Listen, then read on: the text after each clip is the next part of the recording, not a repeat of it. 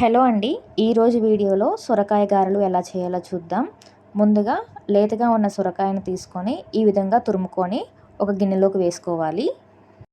తురుముకున్న సొరకాయలో అర కేజీ వరకు బియ్యం పిండి, సన్నగా కట్ చేసుకున్న ఆనియన్స్, పచ్చిమిర్చి ముక్కలు, కరివేపాకు, తురిమిన అల్లం, కొద్దిగా జీలకర్ర, టేస్ట్కి సరిపడా సాల్ట్, చిటికెడు సోడా వేసుకొని ఒకసారి పిండిని బాగా కలిపేసి ముందుగా నానబెట్టి క్లీన్ చేసిన పెసరపప్పును కూడా వేసుకొని పిండి అంతా ముద్దగా అయ్యే వరకు కలుపుకోవాలి.